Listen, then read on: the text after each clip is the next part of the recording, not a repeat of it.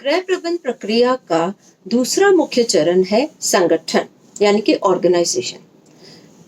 हमें सबको मालूम है कि गृह प्रबंध प्रक्रिया जो होती है उसमें 4 मुख्य चरण है: नियोजन, संगठन, नियंत्रण और मूल्यांकन। ठीक है। अब आज हम डिस्कस करेंगे कि व्हाट इज ऑर्गेनाइजेशन। अब हमें सबको पता है संगठन का मतलब होता है समूह में कार्य करना, मिलकर कार्य करना, एकजुट होकर कार्य करना। ठीक है। कोई बड़ा भी कार्य हो, यदि सब हम मिलकर कार्य करते हैं तो वो कार्य आसानी से पूरा हो जाता है और शीघ्रता पूर्वक पूरा हो जाता है।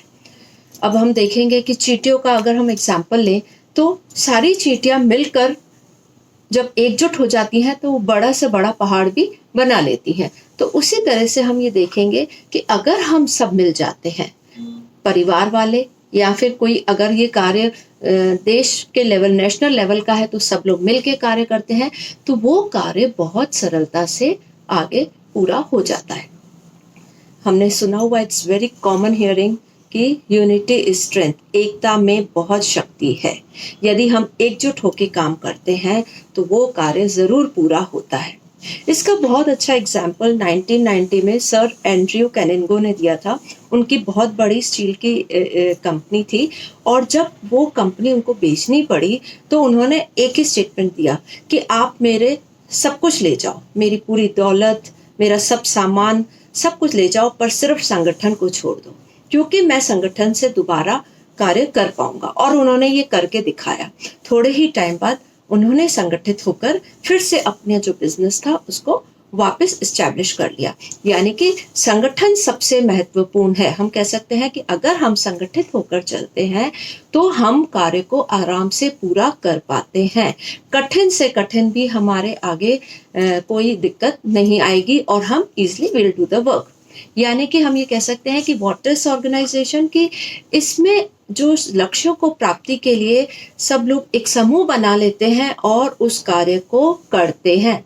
इसी तरह से घर में भी अगर हम देखें तो अगर घर में सब लोग मिलजुल कर कार्य करेंगे, एक आपस में बांट के काम करेंगे, तो वो कार्य आराम से पूरा हो पाएगा। जो लक्ष्य जो उनको इतने डिफिकल्ट लग रहे हैं वो बहुत आसानी से पूरे हो जाएंगे।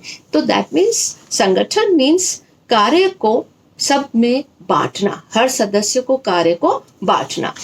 अब हम देखें तो संगठन की परिभाषा जो है according to Nickel and Dorsey, संगठन को हम ऐसी उपयुक्त प्रक्रिया के रूप में परिभाषित कर सकते हैं जो कि कार्य, व्यक्ति और अन्य साधन तथा नेतृत्व और उत्तरदायित्वों के मध्य उपयुक्त संबंध स्थापित करती है। That means we can say that ये जो कार्य है, जो हमारा वर्क है और जो कार्य करने वाले हैं, और इसके अलावा हमारे पास जो अन्य साधन है और उनकी जो लीडरशिप है, उनकी जो रिस्पॉन्सिबिलिटीज है, उनके बीच में एक रिलेशन मेंटेन करना, सब कुछ मेंटेन करके चलते हैं, then the work is achieved easily, the goal is accomplished. So there should be relationship between each and every person, their activities, their resources, their responsibilities. ठीक है। अब हम देखेंगे कि संगठन जो है, हम ये कह सकते हैं कि इसके 3 लेवल्स हैं, 3 स्तर होते हैं। पहला स्तर है कि हम ये कहते हैं कि सबसे पहले अगर हमें संगठन करना है तो फर्स्ट स्टेप क्या होगा कि हम ये देखेंगे कि हमें कौन से कार्य का संगठन करना है। इसको हम एक तरह से कह सकते हैं वर्क सिंप्लीफिकेशन। हमें जो कार्य करना है हम उसका सरलीकरण करते हैं। अब सरलीकरण क्या होता है? कार्य को सरल रूप से करना। That means you have to do maximum work in minimum time, यानी कि आपको कम से कम साधन खर्च करके ज्यादा से ज्यादा कार्य करना है, उसी को कार्य सरलीकरण कहते हैं। नेक्स्ट स्टेप हो गया, अब हमने कार्य देख लिया, ये कार्य है, मुझे ऐसे करना है। अब हम उसको व्यवस्थित रूप देंगे ताकि वो कार्य पूरा हो सके। कैसे व्यवस्थित देंगे? हम उसका क्रम निर्धारित करेंगे, हम उसको एक प्रारूप देंगे, एक फॉर्म देंगे कि मैं पहले कौन सा काम करूं, फिर दूसरा कौन सा करूं। इस तरह से हम उसको पूरा सा डिसाइड कर लेंगे, मतलब हम डिसीजन लेंगे। देन हम देखेंगे तीसरा स्टेप थोड़ा सा डिफिकल्ट है कि अब आता है मेन इस कार्य को बांटना। अब हमें घर के सब सदस्यों को लेकर के चलना है और उनको उनकी रुचि, उनके स्किल्स, उनकी कार्य क्षमता जो है उसके अकॉर्डिंग हम उसको कार्य को बांट देते हैं, उसको संगठित कर देते हैं ताकि कार्य मेरा आसानी से हो सके। तो इस तरह से 3 लेवल्स में हम देखेंगे कि ऑर्गेनाइजेशन हमारा हो जाता है। नेक्स्ट है संगठन का महत्व। What is the importance of organisation, क्यों हमारे लिए बहुत महत्वपूर्ण है। पहला है प्रबंधकीय कार्य क्षमता में वृद्धि होना। दैट मीन्स ऑर्गेनाइजेशन करने से, संगठन करने से जो प्रबंधकीय हमारा जो कार्य क्षमता है, दैट इज आपकी मैनेजरियल एफिशिएंसी है, वो बढ़ती है। आप जो कार्य कर रहे हैं उसमें आपकी स्किल्स डेवलप होती हैं, आपको कार्य करने का प्रॉपर तरीका पता चलता है कि आपको कैसे कार्य को करना है, क्योंकि आपने कार्य को उसका सरलीकरण किया, उसको क्रमबद्ध किया, तो now you know how can you do the work effectively. Second है इससे भ्रष्टाचार का रोकना, यानी कि इससे करप्शन कम होता है। जब हम कार्य को बांट देते हैं तो each person has own responsibility, उसे पता है कि ये कार्य उसका है और उसी के अंडर में है, तो वो कार्य में भ्रष्टाचार कम से कम होगा, वो अपने कार्य को बहुत अच्छे से संपन्न करने की कोशिश करेगा। थर्ड है समन्वय को सुविधाजनक बनाना, यानी कि कोऑर्डिनेशन जो है उसको बहुत हम ये कह सकते हैं सुविधाजनक बन जाता है। आपस में हम इजीली कोऑर्डिनेट कर पाते हैं, एक दूसरे से हम शेयर कर पाते हैं कि इस कार्य को हम कैसे कर पाएंगे, क्योंकि we have our own work और हम दूसरों से उसका कोऑर्डिनेशन करते हैं कि इस कार्य को हमें किस तरह से संपन्न करना है। देन विकास को बढ़ावा देना, विकास को बढ़ावा देते हैं। आपको वर्क मिला है, आपको वर्क करने का प्रॉपर तरीका पता है, आपकी अपनी रिस्पॉन्सिबिलिटी है, तो हम उस कार्य को पूरा करते हैं और विकास की ओर बढ़ते हैं। विभिन्न क्रियाओं का अनुपातिक एवं संतुलित महत्व, जो सारी क्रियाएं हैं, जो रिस्पॉन्सिबिलिटीज हैं, उनमें एक हम ये कह सकते हैं संतुलन हो जाता है। देयर इज बैलेंस कि ये क्रियाएं हैं, ये हर व्यक्ति को बांट दी जाती हैं और वो उसके अकॉर्डिंगली उस वर्क को करता है। देन कम्स तकनीकी विचारों का अनुकूलतम उपयोग। हमें अपना गोल, हमें क्योंकि पता चल गया कि मुझे ये कार्य करना है, अब इट्स माय रिस्पॉन्सिबिलिटी, इसका क्रेडिट मुझे मिलेगा क्योंकि ये काम बांट दिया गया है, तो हम उसको अचीव करने के लिए नए नए टेक्निक्स का उपयोग करते हैं ताकि हमारा रिजल्ट सबसे अच्छा हो। हर व्यक्ति चाहता है कि उसका कार्य बेस्ट हो, तो वो उसके लिए नई नई तकनीकों का उपयोग करता है। और लास्ट है मनोबल आत्मविश्वास बढ़ाने में सहायक। संगठन से क्या होता है कि व्यक्ति का सेल्फ कॉन्फिडेंस बढ़ता है, उसका मनोबल बढ़ता है, वो कार्य करने के लिए प्रेरित होता है, उसको लगता है कि मुझे ये कार्य पूरा करना है क्योंकि ये मुझे सौंपा गया है, ये मेरी जिम्मेदारी है, तो वो उस कार्य को करने के लिए बिल्कुल सेल्फ वो हो जाता है कि मुझे हर हालत में इस कार्य को करना ही है। नेक्स्ट है मेन हम देखेंगे कि संगठन प्रक्रिया के विभिन्न चरण क्या होते हैं। अगर हम संगठन करने जा रहे हैं तो कौन कौन से इसके स्टेप्स होंगे। फर्स्ट है क्रियाओं का निर्धारण।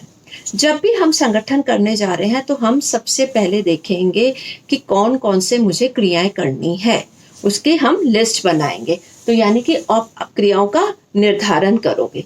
सेकंड, उन क्रियाओं का समूहीकरण। अब मैंने देख लिया मुझे घर में कौन कौन से कार्य करने हैं, लिस्ट बन गई। अब मैं उनकी ग्रुपिंग करूंगी। कैसे ग्रुपिंग करूंगी कि जो कार्य संबंधित है, जो रिलेटेड है, उनको मैं एक ग्रुप बनाऊंगी। इस तरह से मैं डिफरेंट ग्रुप्स बनाऊंगी, उसमें हर ग्रुप में वो कार्य डालूंगी जो आपस में रिलेटेड है कि इस कार्य के साथ मैं ये कार्य कर सकती हूँ, इस कार्य के साथ वो ये कार्य कर सकता है। ये नहीं कि एक कार्य ऐसा दिया और दूसरा ऐसा दिया जिनका आपस में कोई रिलेशन नहीं है। सो रिलेटेड जो वर्क्स हैं, उन एक्टिविटीज हैं, उनका अलग अलग ग्रुप बना दिया जाता है। फिर है परिवार के सदस्यों के मध्य कार्य का विभाजन। अब आपने कार्य देख लिया, उसका क्रम देख लिया, उसकी ग्रुपिंग कर ली। अब नेक्स्ट स्टेप आता है कि हम इस कार्य को सदस्यों को बांट दें, उसको उनकी रुचि के अनुसार, उनकी आयु के अनुसार, उनकी कार्यकुशलता, नॉलेज, सारी जो हमारी रिसोर्सेस है, मानवीय साधन है, उसको ध्यान रखते हुए अब हम सदस्यों को उस कार्य को बांट देंगे, उसका बंटवारा कर देंगे। फिर अधिकारों को सौंपा जाना, यानी कि उनको रिस्पॉन्सिबिलिटीज देंगे। उनको रिस्पॉन्सिबिलिटी देना बहुत ज़रूरी है, तभी तो वो कार्य करेंगे, वो प्रेरित होंगे। जो हमने पहले डिस्कस किया है कि इससे आत्मविश्वास बढ़ेगा और वो कार्य को हर तब जाकर पूरा करना चाहेंगे, तो दैट मीन्स हम उनको कुछ अधिकार दे रहे हैं कि आपको फुल अथॉरिटी है कि यू डू दिस वर्क, तो वो अपने अधिकारों का प्रयोग करके उस कार्य को पूरा करने की कोशिश करेंगे। जब तक उनको अधिकार नहीं देंगे वो कार्य करने में कोई इंटरेस्ट नहीं ले।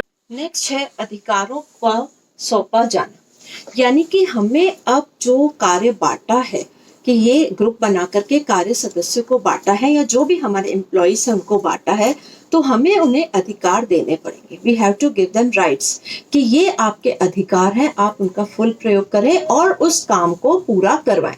जब तक हम उन्हें अधिकार नहीं देंगे वो कार्य करने में इंटरेस्ट नहीं लेंगे, और अधिकार होने की वजह से ही जो कार्य उनके अंडर में जो कार्य कर रहे हैं वो भी उनका सुनेंगे और उस कार्य को पूरा करेंगे। तो that means you have to give them full responsibility, full rights, they can do anything to get that work done. तो आपको उनको फ्री करना पड़ेगा ताकि वो अपने हिसाब से उस कार्य को पूरा कर सके, वो अपने हिसाब से जैसा चाहे उस कार्य को पूरा करें। एंड द लास्ट है समन्वय, संतुलन एवं संबंध स्थापित करना। दैट मीन्स हमारा जो मुख्य उद्देश्य ये है कि हमें इसमें क्या करना है, आपस में समन्वय करना है, कोऑर्डिनेट करना है, उसमें हमें संतुलन भी बनाए रखना है और संबंध भी बनाए रखना है।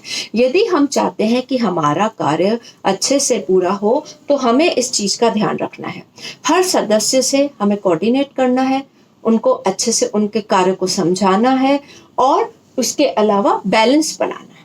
ये नहीं कि किसी को हम ज्यादा प्रेफरेंस दे रहे हैं, किसी को कम दे रहे हैं, तो that should be balance. Each and every member should be treated perfectly, same तरह से उनको हमें करना है, उनके बीच में हमें डिफ्रेंशिएट नहीं करना है, उनको इक्वल तरह से ट्रीट करेंगे तभी हमारा कार्य पूरा होगा। तो आप ये देखेंगे कि जो मेन हमारे चरण यही है कि हम पहले क्रियाओं का निर्धारण करते हैं कि कौन कौन सी क्रियाएं हैं, फिर उसके बाद उनका समूहीकरण करते हैं, उसके बाद सदस्यों के मध्य कार्य बांटते हैं और उसके बाद उनको अधिकार देते हैं कि वो कार्य पूरा करें, और फिर उसके बाद अधिकार देने के बाद हम उसमें कोऑर्डिनेशन करते हैं, हम उनमें संबंध स्थापित करते हैं ताकि कार्य को पूरा किया जा सके।